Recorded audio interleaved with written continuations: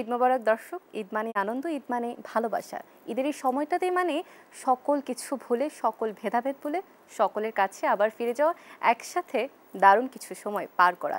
এবং এই সময়টাকে আরও একটু দারুণ করবার জন্য প্রিয় দর্শক, আমরা আয়োজন করেছি একটি বিশেষ আয়োজন। আপনাদের সবাইকে আমন্ত্রণ জানাচ্ছি দেশ টেলিভিশনের ঈদ উল ফিতরকে ঘিরে বিশেষ আয়োজন আনন্দের ঈদে।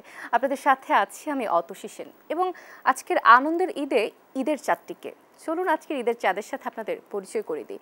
এবং তার বিষয়ে যদি আমি আপনাদের পরিচয় করে দিতে চাই, তবে আমাকে বেশ লম্বা একটু ইন্ট্রো দিতে হবে। তবে আমি লম্বা ইন্ট্রোতে না যাই, আমি একটু ছোট করে বলি।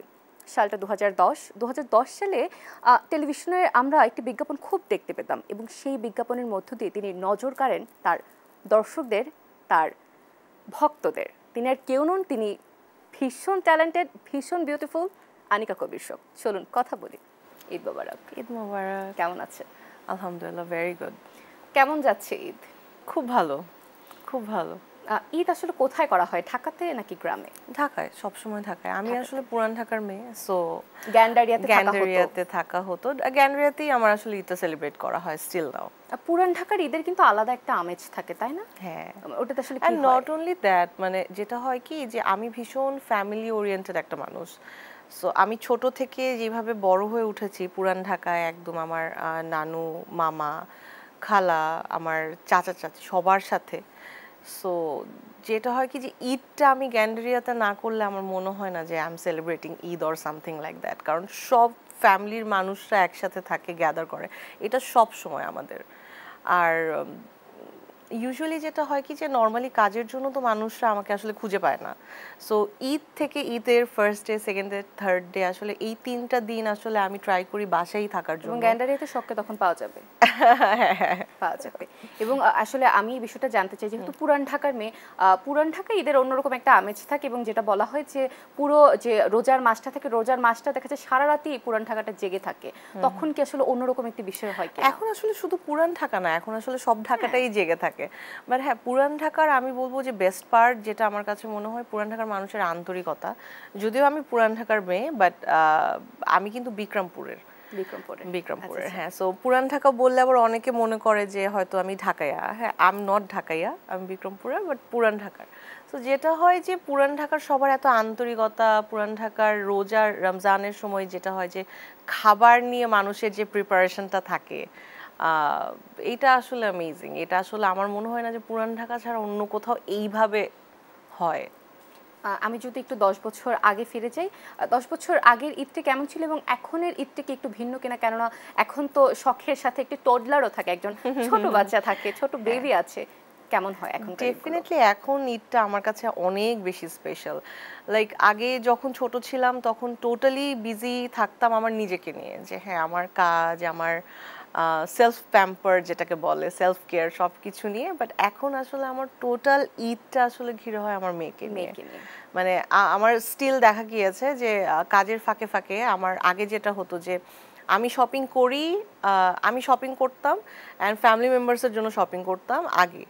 আর এখন যেটা দেখা যায় যে আমি নিজের জন্য শপিং করি না, আমি আলিফের জন্য, আমার মেয়ের নাম আলিফের জন্য শপিং করি। অ্যান্ড যেখানেই আমি যা পাই টুকটাক করে কিছু না কিছু আমি কিনতেই থাকি।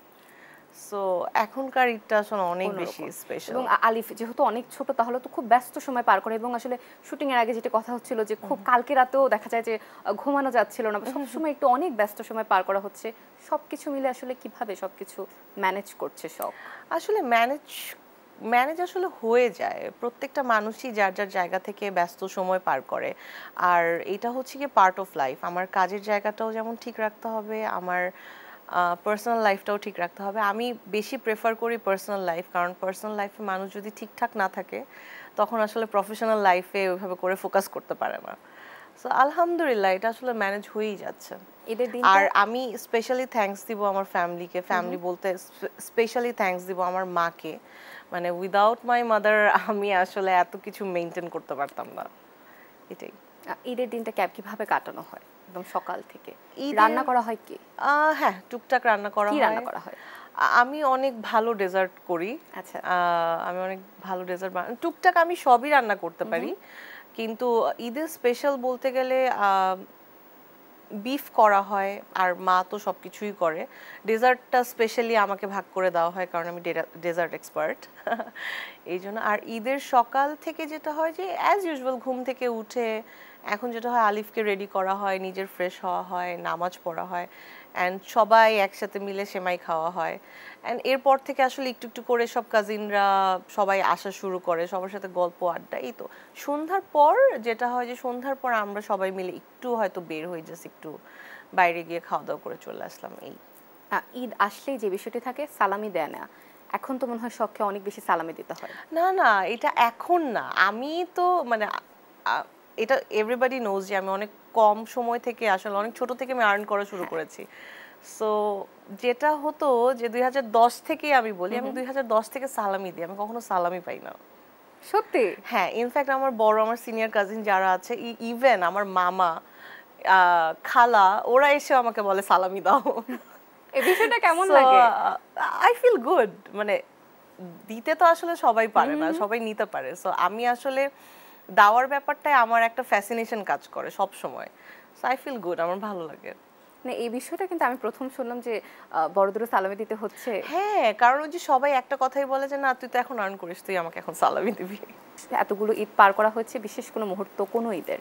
আগে যখন আমার নানা বাবা নানু মা বেঁচে ছিল, আমি আসলে অনেক ছোট থেকে আমার দাদা দাদিকে পাইনি। সো আমি ভেরি অ্যাটাচড উইথ মাই নানা বাড়ির সবার সাথে। সো নানুমা যখন বেঁচে ছিল তখনকার ঈদটা অনেক বেশি স্পেশাল ছিল আমার কাছে, কারণ নানু বাসায় ঘুম থেকে উঠেই আমরা সবাই নানুর বাসায় যেতাম। ওই বাসায় যে আমাদের তো জয়েন্ট ফ্যামিলি ছিল। সো আমার 3 মামা, খালামুনি, 3 মামার ঘরের ছেলে মেয়েরা সবাই একসাথে নানুর কাছে আবদার করা, নানুর কাছে সালামি চাওয়া, নানুর হাতে রান্না খাওয়া। সো ওই জিনিসগুলা আসলে অনেক অনেক অনেক বেশি প্রেশাস, অনেক মিস করা হয়, যেটা আসলে এখন হয়ই না। শখ 2008 সালে আপনার যাত্রা শুরু, 2010 এবং এরপরে যে এতগুলো বছর। অ্যাকচুয়ালি 2008 না, আমার যাত্রা শুরু অনেক আগে থেকে। 2008 এ এফএনএফটি আসলে আমি মনে হয় দেখতে পেয়েছি। হ্যাঁ, আমি আসলে বেসিক্যালি যেহেতু নাচের মেয়ে, আমার নাচটা আসলে একদম ছোট থেকেই শুরু করা, মানে আমার স্কুলিং আর আমার ডান্সের স্কুলিংটা একসাথে শুরু করা হয়। সো যেহেতু আমি নতুন কুড়িতে পার্টিসিপেন্টস ছিলাম, সো নতুন কুড়ি হওয়ার পরে যেটা হয়েছিল যে আমি বিটিভি থেকে একটা অফার পাই, আচ্ছা, শিশুতোষ চরিত্রে একটা নাটক করার জন্য। সো বেসিক্যালি বলতে গেলে 2003 থেকে আমার ডেবিউ, আমি টুকটুক করে কাজ করতেছি। সো আমার বেসটা আসলে অনেক স্ট্রং, অনেক স্ট্রং, একদম। এবং আমার মনে হয় এই স্ট্রং বেসের কারণেই আমার মনে হয় যে এখনো পর্যন্ত শখ এতটা বেশি প্রাসঙ্গিক। আমি কেন প্রাসঙ্গিক বলছি, আমি যখন আমার ছোট মামা আমাকে একটু আগে ফোন দিয়েছিলেন এবং তিনি জানতেন যে আজ আমার সাথে আপনি আসছেন। আচ্ছা, তো উনি আমাকে বলছিলেন যে আপনি যে গ্যান্ডারিয়াতে থাকেন সেটা আমার মামা আমাকে বললেন, এবং উনি আমাকে বললেন যে please convey my love to শখ, and I am big fan of her. এবং আসলে আমি এটা ভাবলাম যে এত বছর ধরে এই যে দর্শকের ভালোবাসা, এখনো শখ এতটা প্রাসঙ্গিক, এটির রহস্যটা আসলে কি? রহস্য আসলে কিছু না, সত্যি আমি বলবো আমি অনেক লাকি, আমি ব্লেসড। কারণ to be very honest, I never planned যে আমি মিডিয়াতে কাজ করব। এটা আসলে আমি নাচ করতাম, আমি একটা সিম্পল মেয়ে ছিলাম, আমার হুট করেই মিডিয়াতে চলে আসা। আমার আর ক্যারিয়ারের শুরুর দিকটাও আসলে এত মানে বড় বড় মানুষদেরকে দিয়ে, যেমন সবার ড্রিম থাকে যে অমিতাভ রেজা ভাইয়ের সাথে কাজ করার। আমার একদম ক্যারিয়ারের স্টার্টটাই হয়েছে অমিতাভ রেজা ভাইকে দিয়ে, অ্যান্ড সানসিল্কের বিলবোর্ড দিয়ে। সো ওই একটা দুইটা কাজ করার পর থেকে আমার না আসলে কখনো টার্ন ব্যাক করে তাকাতে হয়নি। আর আমি প্ল্যানও করিনি যে কাজ করব, একটার পর একটা ভালো ভালো ব্র্যান্ডস, প্রোডাক্টস, নাটক, টিভিসি, এগুলো সামহাও আমার সাথে ট্যাগড হয়ে গিয়েছে। আমার বাবা সবসময় একটা জিনিস বলে যে শখ ডাজন্ট ম্যাটার তুমি কি করতেছো, being a good human being always, মানে তুমি একটা ভালো মানুষ হও। কাজের জায়গাটায় হয়তো তুমি থাকবে না, বাট মানুষ যেন তোমাকে অলওয়েজ মনে রাখে। So I always try to সবসময় অনেক বেশি হাম্বল, অনেক বেশি ডাউন টু আর্থ, এটা আমি থাকার চেষ্টা করি। কারণ বাবার কথা আমার সবসময় এটা মাথায় থাকে। আর কাজের প্রতি সিনসিয়ারিটি, যেহেতু এখন এটা আমার প্রফেশন, সো আমি মেনটেন করার চেষ্টা করি। অ্যান্ড আবারও বললাম যে আমি ব্লেসড আসলে। যে একটি বিজ্ঞাপন আমি যদি বলি, বাংলা লিংকের বিজ্ঞাপন দিয়ে আমার মনে হয় যে বাংলাদেশ একদম ছেয়ে গিয়েছিল, শখময় হয়ে গিয়েছিল। বাংলা লিংকের সেই বিজ্ঞাপনগুলোর সময়গুলো আসলে কেমন ছিল? আমরা কিন্তু ভীষণ মিস করি সেই বিজ্ঞাপনগুলো। হ্যাঁ, এটা আমরাও মিস করি, মানে আমি নিজেও পার্সোনালি মিস করি। কারণ তখন কাজের জায়গাটা আসলে অনেক ডিফারেন্ট ছিল। বাংলা লিংকের টিভিসি গুলা হচ্ছে কি, বাংলা লিংকের টিভিসির জন্য মানুষরা ইগারলি ওয়েট করতো, একদম যে জানতো যে কোন একটা স্পেশাল অকেশন, সেটা ঈদ হোক, পয়লা বৈশাখ হোক, বাংলা লিংকের একটা ধামাকা আসবে। ধামাকা আসবে। সো ওই ধামাকাটার জন্য ম্যাস পিপলরাও যেরকম ওয়েট করতো, আমরাও দেখা যেত যে 15 দিন 20 দিন আগে থেকে আমাদের মধ্যে একটা এক্সাইটমেন্ট কাজ করতো, আমাদের একটা লম্বা প্রিপারেশন থাকতো, দেশের বাইরে থেকে আমাদের ডিওপি, কোরিওগ্রাফার, মানে এত বড় অ্যারেঞ্জমেন্ট থাকতো। মানে এটা আসলে টিভিসি কম, আমি বলবো এটা একটা ফিল্মের প্রোডাকশন থাকতো। আচ্ছা, আমরা কি আমার মনে হয় যে এটা দর্শকদের এটা প্রশ্ন থাকতে পারে যে আমরা কি আবারও কখনো বাংলা লিংকের বিজ্ঞাপনে শখকে পাবো কিনা? ওয়েল হ্যাঁ, ক্লায়েন্ট যদি ডেফিনেটলি আমাকে রিকোয়ার করে, ডেফিনেটলি আমি থাকবো। আরও কথা হবে, একটু বিরতি নিয়ে নিচ্ছি। দর্শক, আনন্দের ঈদে কথা বলছে আনিকা কবির শখের সাথে, কিন্তু সময় হয়ে গেছে একটু ছোট্ট বিরতির। ফিরে আসছি বিরতির পর, আমাদের সাথেই থাকুন। ফিরে এলাম বিরতির পর। আপনারা দেখছেন দেশ টেলিভিশনের ঈদ উল ফিতরকে ঘিরে বিশেষ আয়োজন আনন্দের ঈদ। আপনাদের সঙ্গে রয়েছি আমি অতসী সেন, এবং আজ আমাদের সঙ্গে রয়েছেন মডেল এবং অভিনয় শিল্পী আনিকা কবির শখ। কথা বলছিলাম, চলুন আবারও কথা বলি।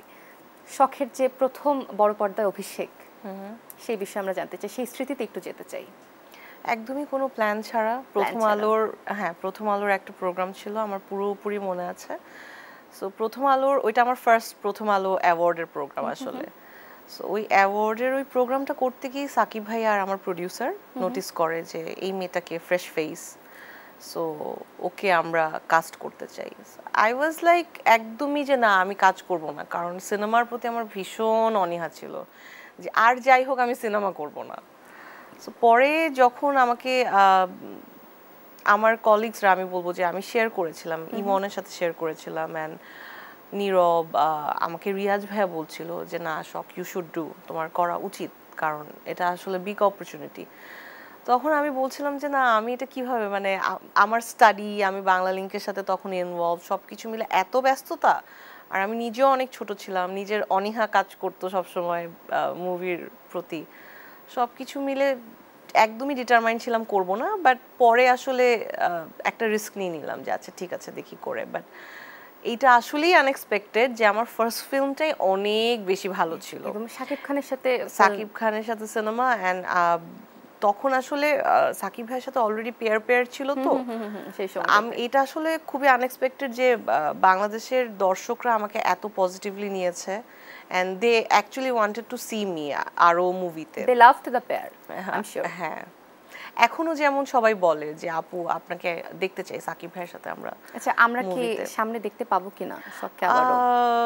ইনশাআল্লাহ, মানে I am eagerly waiting for such a, এমন কোনো গল্প বা এমন কোনো ডিরেক্টর, আমি সবসময় দুটো জিনিস প্রেফার করি, যে একটা ভালো ডিরেক্টর, একটা ভালো গল্প। সো এই দুটো জিনিস যদি আমার কাছে মনে হয় যে না এই দুইটা ভালো, আমি ইন্টারেস্টেড, আম লুকিং, মানে আমি যেটার জন্য যা খুঁজছিলাম সেটা আমি অনেকটা পেয়ে গিয়েছি, তাহলে আমি করব। শখ আসলে আমি যদি বলি যে কি ধরনের ফিল্ম করতে বেশি ইচ্ছুক, কোনো বাণিজ্যিক ফিল্ম বা কমার্শিয়াল ফিল্ম যেটা আমরা বলি, নাকি কোনো আর্ট ফিল্ম?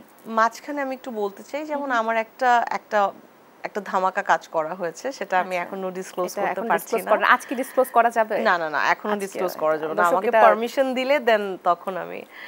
আর যদি তুমি আমাকে জিজ্ঞেস করো যে কি টাইপের মুভি না, আমি বলবো ওভারঅল কাজের ব্যাপারে আমি আসলে সব টাইপের কাজ করতে পছন্দ করি, কারণ অ্যাজ আ আর্টিস্ট আমার কাজই আসলে কাজ করা। সো ভালো গল্প, ভালো চরিত্র, সেটা বাণিজ্যিক হোক, সেটা আর্টিস্টিক হোক, সেটা যেটাই হোক না কেন, সেটা নাটকের গল্প হোক, যেটাই হোক, যদি সুন্দর, যদি মনে হয় যে না আমার ক্যারেক্টারের ভিত্তি আছে, I don't have any problem. And আরেকটা জিনিস অনেকে কোয়েশ্চেন করে এখন, যে আপনার কোনো স্পেসিফিক কো আর্টিস্ট পছন্দ আছে কিনা। আমি করতাম যে কো আর্টিস্ট সবচেয়ে পছন্দের কে?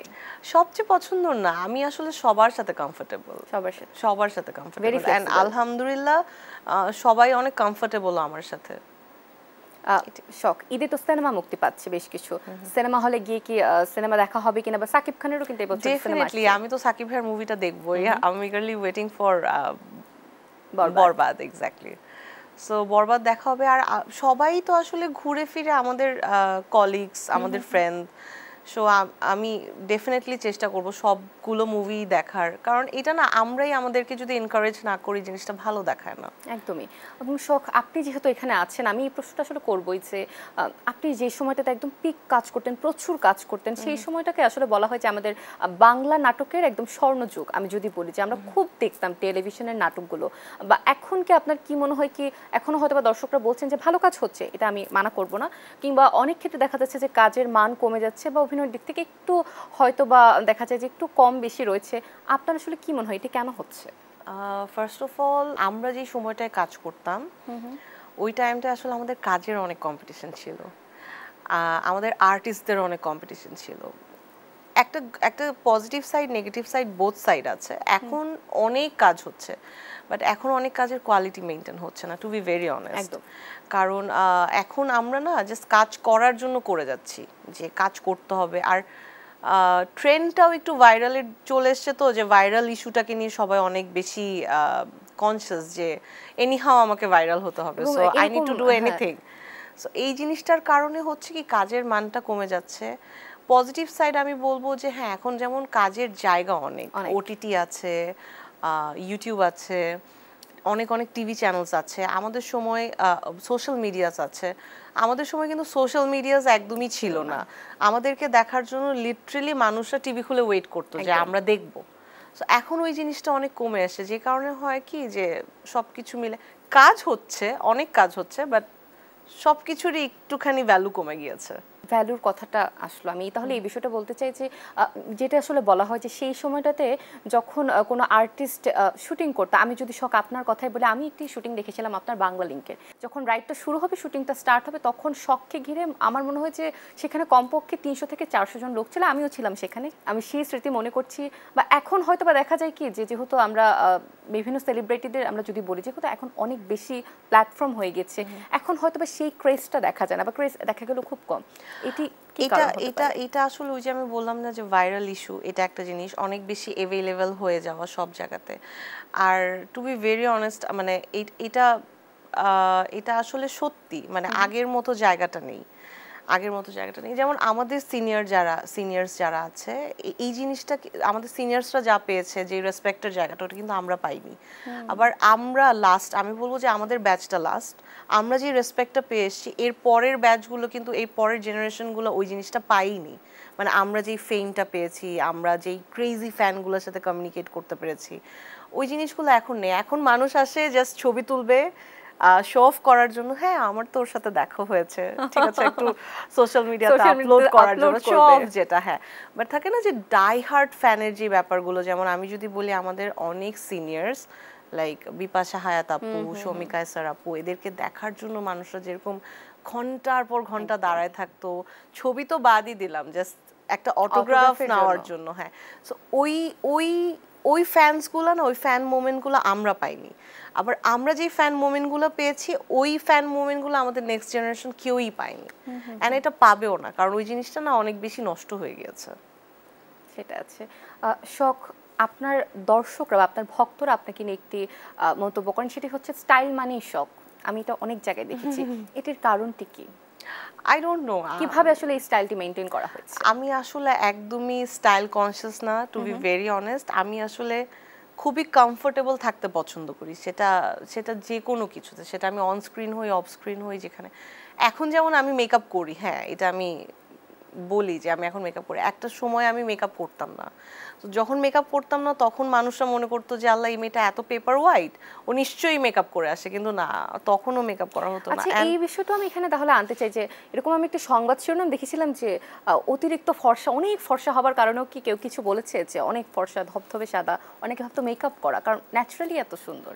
না, আমি যখন লাইক তুমি বলছিলাম আমাকে যে আমার 2008-এর দিকে আমি যখন এফএনএফ এ কাজ করি, রেদওয়ান রনি ভাইয়ার, ফামি ভাইয়ার, ইফতেখার আহমেদ ফামি, সো ভাই ব্রাদার গ্রুপের সাথে কাজের কিন্তু ওদের কিন্তু একটা আলাদা ট্রেন্ড আছে যে ওরা একদম নো মেকআপে শুট করে। সো তখন যেটা হতো, আমি নো মেকআপে যাওয়ার পরেও, সেটে যাওয়ার পরেও ভাইয়ারা সবসময় চেক করতো যে আমি কি মেকআপ করা কিনা। অ্যান্ড একটা টাইমে যে আমার ডিওপি বিরক্ত হয়ে বলতো, এই শখকে সরিষার তেল দিয়ে কিছুক্ষণ রোদের নিচে দাঁড় করায় রাখ, তাহলে একটু ট্যান হবে, হ্যাঁ ওই একটু ট্যান হবে, তাহলে এটা আমাদের ক্যামেরার জন্য বেটার হবে। অ্যান্ড অনেক ক্ষেত্রে এটাও দেখা যেত যে আমার পাশের কোয়ার্টিস্টের সাথে আমার লাইট ম্যাচ করতে অনেক প্রবলেম হয়ে যাচ্ছে। আর এখন মেকআপের কারণে যেটা হয় আমরা অনেক লুক চেঞ্জ করতে পারি, যেমন টোন ডাউন করতে পারি। আগে তো টোন ডাউনের ব্যাপারটা মানুষের ছিলই না। আর মানুষটা আমার হেয়ার স্টাইল অনেক পছন্দ করে। আমি না মানে স্টাইল আসলে ওইভাবে মেইনটেইন করি না। আমি স্টাইলটা তো খুব আইকনিক শখের, এবং এই হেয়ারস্টাইলটা নিয়ে কিন্তু প্রচুর কথা হয়েছে, এবং আমার মনে আছে যে এখনো কিন্তু এই হেয়ারস্টাইলটা একটা শকাপুর মতো হেয়ার কাট করে দেন, শকাপুর কালার করে দেন। একদম এটা এখনো পার্লার গিয়ে আমার মনে হয় যে মেয়েরা বলে যে শকাপুর যে হেয়ার কাটটা আছে সেই হেয়ার কাটটা দিব। এবং এই হেয়ার কাটটা আসলে শুরু হলো কোথা থেকে?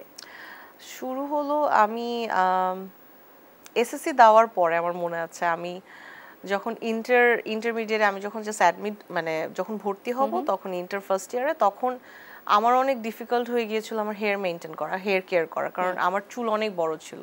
আমি যখন ইউরোলেমনের কাজ করি তখন আমার হাঁটুর নিচে চুল ছিল। এত বড় চুল ছিল? হ্যাঁ। সো এই জন্যই আমাকে সানসিল্ক আসলে প্রেফার করেছিল অ্যাজ আ মডেল, অ্যান্ড প্যারাশুটেরও আমি মডেল ছিলাম। সো পরে আমার বাবার আসলে অনেক বড় চুল পছন্দ ছিল, বাট আমার আসলে হেয়ার কেয়ার ঠিক মতো করা হচ্ছিল না। অ্যান্ড ইন্টারমিডিয়েট ফার্স্ট ইয়ারে আমি যখন উঠলাম, আমার কলেজ, আমার কোচিং সব কিছু মিলে দেখা যেত যে কোনো না কোনোভাবে আমার ঠান্ডা লেগেই থাকতো চুলের কারণে আর কি। কারণ চুল ভেজা থাকতো, চুল হয়তো বেঁধে রাখা হতো। তো তখন থেকে আসলে আমি যখন প্ল্যান করলাম যে আমি চুল কেটে ফেলবো, ওই চুল কাট করার পর থেকে একটা স্টাইল চলে এসেছে, এবং সেই স্টাইলটা কিন্তু অনেক বছর ধরে চলে গেছে, এবং এটা স্টিল ইটস ভেরি রেলেভেন্ট। হ্যাঁ, সামহাউ মানে আমার সাথে অনেক ম্যাচ করে গিয়েছে আর কি। ওই যে আমি বললাম না, স্টাইল আসলে বলতে গেলে কি, স্টাইল ইজ নাথিং, মানে যেটাতে তুমি কমফোর্টেবল ওইটাই আসলে তোমার স্টাইল। আমার স্টাইল করার জন্য আমার এমন কিছু করা লাগবে না যেটাতে আমি আনকমফোর্টেবল, তাহলে এটা আমার স্টাইল হবে না।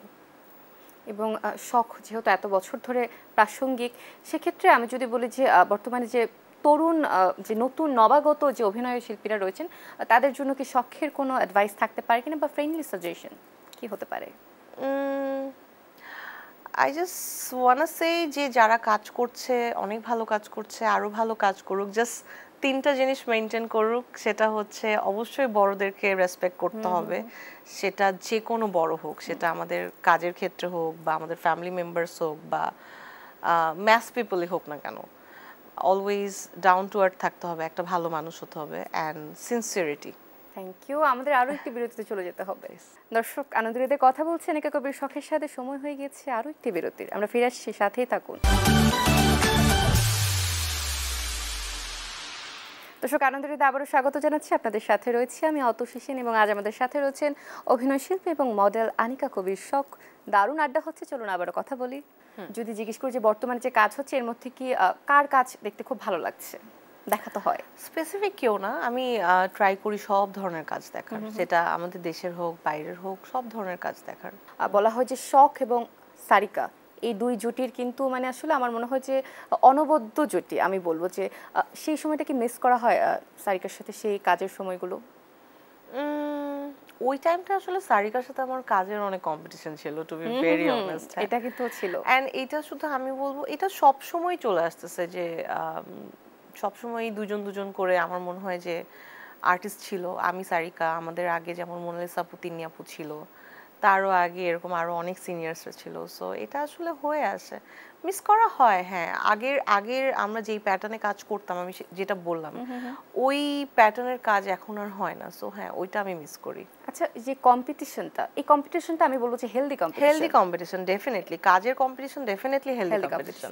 মানে এটা কেমন ছিল যে হ্যাঁ, আমার ওর থেকে বেটার করতে হবে, বা আমার হয়তো বা এই জিনিসটা আরো সিনসিয়ারলি আমার অ্যাক্টিং করতে হবে, এই জিনিসটা কাজ করতো সবকিছুতে, বা আমার এই কাজটা প্রপার টাইম মেনটেন করতে হবে, এই ক্যারেক্টারটার জন্য আমার যা যা করার দরকার আমার করতে হবে। সো ওই জিনিসটা অনেক বেশি ছিল। এখন হয় কি, কাজ এত বেড়ে গিয়েছে, একজন আর্টিস্ট চাইলেও না ওই জিনিসটা মেনটেন করতে পারে না। যেমন রিসেন্টলি আমরা যে ঈদের নাটকগুলো করলাম, দেখা গিয়েছে আমাদের সকাল 10টায় সেটে কল থাকে, প্যাক আপ হতে হতে হয়তো বা তোমার 12টা, 12:30। এটা আমি মিনিমাম টাইম বললাম। এমনও আছে যে লেট নাইট, লাইক 3:30, 4টা বেজে গিয়েছে। 1 ঘন্টা নাটক, 2 দিন শ্যুট, আমাদের পুরো কাজটা কমপ্লিট করে দিয়ে আসতে হবে অ্যান্ড দেখা যাচ্ছে ব্যাক টু ব্যাক আমার পরের দিন মানে দুদিন পরে আমার অন্য আরেকটা জায়গায় ডেট দেওয়া অন্য আরেকজন ডিরেক্টরের সাথে অন্য আরেকটা ক্যারেক্টার সো তখন যেটা হয় কি যে চর্চার যে ব্যাপারটা যে নিজেকে প্রিপেয়ার করা অন্য একটা ক্যারেক্টারের জন্য কস্টিউম থেকে সব কিছু অ্যারেঞ্জ করা এটা জাস্ট আমাদের দেশে ছাড়া দেশের বাইরে সব জায়গায় কিন্তু কস্টিউম আলাদা করে প্রোভাইড করা হয় আর্টিস্টকে আর্টিস্টের এগুলা নিয়ে কোনো হেডেক থাকে না বাট বাংলাদেশে আমাদের কিন্তু সব আমাদের মেইনটেইন করতে হয় সো এইটা এখন যেমন অনেক ডিফিকাল্ট আগে এই ডিফিকাল্টিসটা ছিল না আগে যেমন একটা time to time specific maintain করা হতো 1 ঘন্টা নাটকের জন্য 3 দিন টাইম থাকতো এখন 1 ঘন্টা নাটকের জন্য আমাদের 2 দিনও থাকে না অনেক সময় দেখা যায় একদিনও শুট করতে হচ্ছে 2 ক্যামেরা দিয়ে আজকে আমি হয়তো গ্রামের একটা ক্যারেক্টারে কাজ করছি কালকে আমি অন্য আরেকটা সেটে আমি হয়তো খুব পশ একটা ক্যারেক্টারে কাজ করছি সো ওই যে চেঞ্জেসটা হঠাৎ করে মেন্টালি নিজেকে প্রিপেয়ার করা সারাদিন আমি একভাবে গ্রামের মতো করে কথা বলে গেলাম সকাল থেকে রাত পর্যন্ত পরের দিন জাস্ট ঘুম থেকে উঠে আমি আবার একদম লাক্সারিয়াস একটা ক্যারেক্টার মেনটেন করছি সো এই জিনিসগুলা মেন্টালি প্রিপেয়ার করা ডিফিকাল্ট অ্যান্ড হ্যাঁ যেহেতু কস্টিউমের জিনিসগুলো নিজেদেরই করতে হয় আমি আসলে কারোর উপর ডিপেন্ডেন্ট না আমার জিনিস সব কিছু আমি অনেক গুছানো অ্যান্ড আমি ট্রাই করি আমার সব কিছু আমি যেন সব কিছু সেট করি লাইক আমার কস্টিউমস আমার জুয়েলারিজ আমার মেকআপ আমার শুজ এভরিথিং সো আমি আসলে অ্যাসিস্ট্যান্ট দিয়ে বিলিভ করি না যে বাই চান্স যদি কিছু ছুটে যায় আমাকে অনেকেই বলে মানে স্টিল যে আপু আপনার কোনো অ্যাসিস্ট্যান্ট নেই আমি না আমি অনেক সেলফ ডিপেন্ডেন্ট আমি আমার নিজের কাজ নিজে করতে হ্যাঁ সেলফ সাফিসিয়েন্ট সো আমি আমার নিজের কাজ নিজে করতে পছন্দ করি শখ এত বছরের লম্বা ক্যারিয়ার এর মধ্যে তো আমি নিশ্চিত যে অনেক অনেক ভক্তদের সাথে স্পেশাল মোমেন্ট আছে এরকম কোনো মোমেন্ট যেটি আসলে আজকে আপনি আমাদের দর্শকদের সাথে শেয়ার করতে চান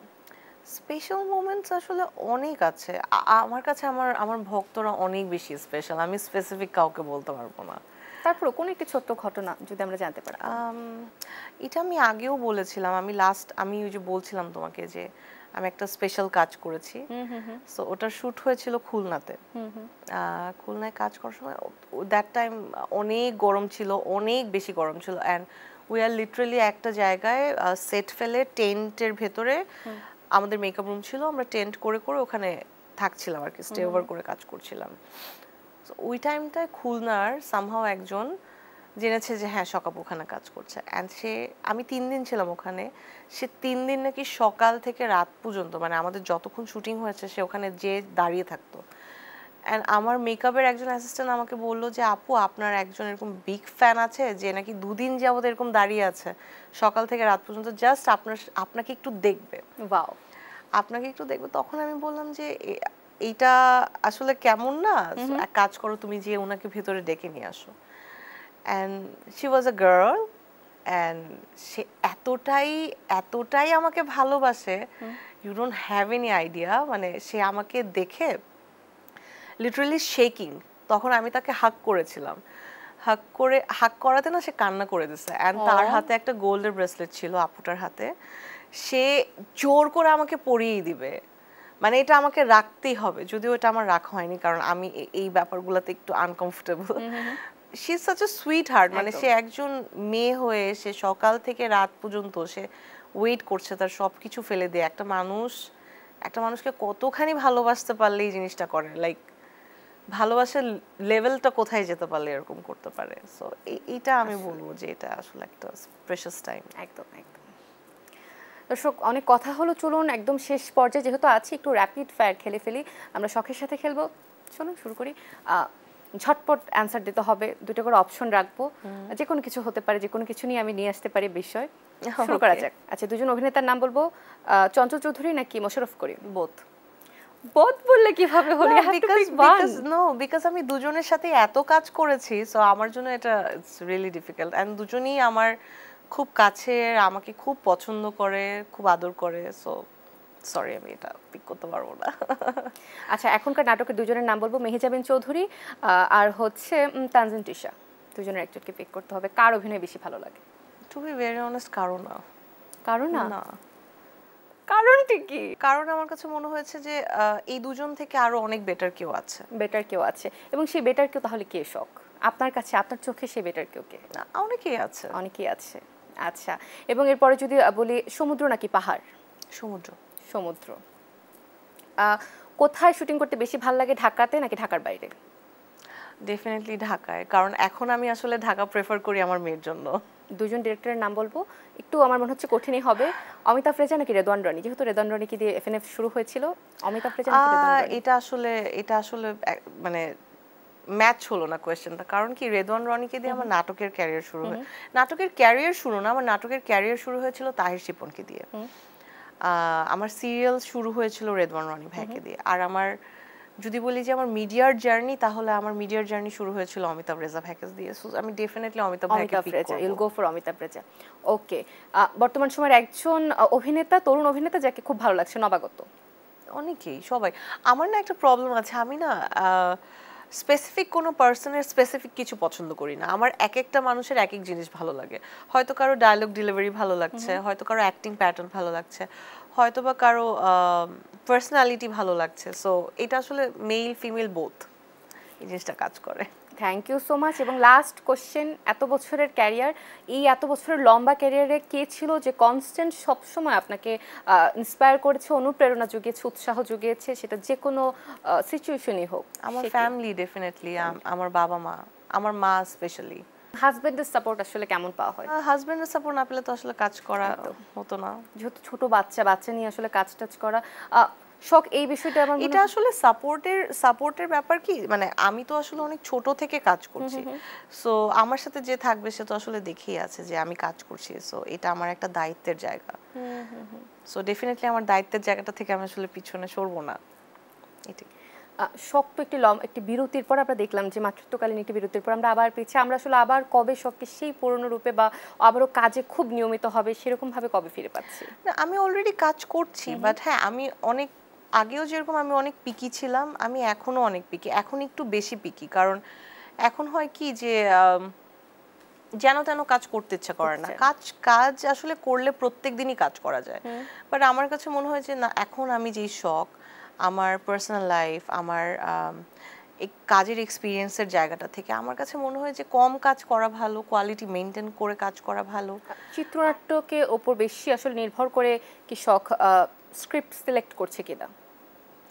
স্ক্রিপ্ট তো আসলে ওই যে আমি পিকি, আমি তো বললাম আমি তো আসলে বেছে কাজ করি। কাজ করলে আমার রেগুলারই কাজ করা যায়, ক্যারেক্টার এন্ড ডিরেক্টর এই দুইটা জিনিস দেখে আমি কাজ করি। এবং আমি যদি বলি যে এরকম কিছু কি আসলে আগের সময় মিস করা হয়, খুব বেশি মিস করা হয় সেই সময়টাতে যখন শখ একদম প্রাইমে ছিল? আমার আমার যেটা মনে হয় কি যে কোনো মানুষই আসলে সবসময় এক জায়গাতে থাকে না। সেটা এই জন্যই তখন প্রচুর কাজ করতেন আপনি? তখন প্রচুর কাজ করতাম, হ্যাঁ। তখন আমার কাজের যেমন একটা মানে হয় না যে আমি একটু আগে যেটা বললাম যে তখন আমি সিঙ্গেল ছিলাম, আমার প্রত্যেকদিন কাজ করলে আমার কোনো প্রবলেম ছিল না, আমার কোনো ফ্যামিলি মেনটেন করতে হতো না। এখন আমার ফ্যামিলি মেনটেন করতে হয়, আমার একটা বেবি আছে। সো আমার বেবিকে আমার লুক আফটার করতে হয়, আমার বেবিকে আমি যেমন তেমন করে বড় করতে পারবো না। সো আমি চাইলেই আসলে 12 মাস 24 ঘন্টা আমি কাজ করতে পারি না। আমার কাজের একটা অলরেডি টাইম সবকিছু হয়ে গিয়েছে। আর বাচ্চাকে নিয়ে কি প্ল্যান? নো প্ল্যান বলতে কি, আমি আমার মেয়ের উপরে সবকিছু ছেড়ে দিতে চাই। আমি ওকে কখনো কোনো কিছু নিয়ে প্রেশারাইজ করতে চাই না। ও জাস্ট একটা জিনিস আমি মেক শিওর করতে চাই যে ও যেন একটা ভালো মানুষ হয়ে বড় হয়, ঠিক। আর বাকিটা ও যা করতে চায়, আমি কখনো কিছু তোকে আটকাবো এবং না। আমি যদি জিজ্ঞেস করি, আলিফ তো একটু বুঝতে পারছি যে সে কি বলে যে বড় হয়ে এটা হতে চাই বা ওটা হতে চাই? না, ও এখনো মানে she is like 3.5 years old। ও আসলে ওইভাবে করে এখনো বলে না যে এম ইন লাইফ, ওই জিনিসটা এখনো বুঝে না। বাট হয় না, এই টাইমটাতে বাচ্চারা আসলে ইন্টারেস্ট গ্রো করে বিভিন্ন কিছু, যেমন ড্র করে, ও বুক রিডস করতে অনেক পছন্দ করে। যেমন রাতেবেলা আমি ওকে ঘুমানোর সময় সবসময় ওকে সাথে নিয়ে আমি বই রিড করে শোনাই ওকে, মানে স্টোরিজ। ও শুনতে খুব পছন্দ করে, ও ড্রয়িং করতে খুব পছন্দ করে, ও বাইরে মানে হয় না বাচ্চাদের অ্যাক্টিভিটিস যেগুলো হয় বা চিলড্রেন অ্যাক্টিভিটিস করতে অনেক পছন্দ করে, অ্যাটেন্ড করতে পছন্দ করে, এগুলোই। থ্যাংক ইউ সো মাচ শখ। বাচ্চাকে নিয়ে, পরিবারকে নিয়ে ঈদ অনেক ভালো কাটুক, এটি প্রত্যাশা। ঈদ মোবারক। এবং আপনি যদি আপনার ফ্যান্সদের উদ্দেশ্যে কিছু বলতে চান? First of all thank you, and thank you Desh TV for having me here. অডিয়েন্সদেরকে আমি বলতে চাই যে ঈদ মোবারক, সবাই অনেক ভালো থাকবেন, ফ্যামিলি ফ্রেন্ডসকে নিয়ে সুন্দরভাবে ঈদ কাটুক সবার। আর সবসময় আমাকে যেরকম সাপোর্ট করেছেন, ভালোবেসেছেন, সবসময় দোয়া করবেন, পাশে থাকবেন। Thank you. Thank you so much. দর্শক, আইকন শখের সাথে কথা বলতে বলতে কিন্তু আমি কিন্তু আনন্দের ঈদের আজকের একদম শেষ ভাগে চলে এসেছি। আমার ঘড়ির কাঁটা বলছে আমার সময় শেষ। আনন্দের ঈদ থেকে আমি অতসীসেন আজকের মতো এখানে বিদায় নিচ্ছি। আবারও দেখা হবে আপনাদের সাথে অন্য কোনো ঈদে। ততক্ষণ পর্যন্ত ভালো থাকুন, সুস্থ থাকুন এবং অবশ্যই দেশ টেলিভিশনের সাথেই থাকুন। দর্শক, ঈদ মোবারক।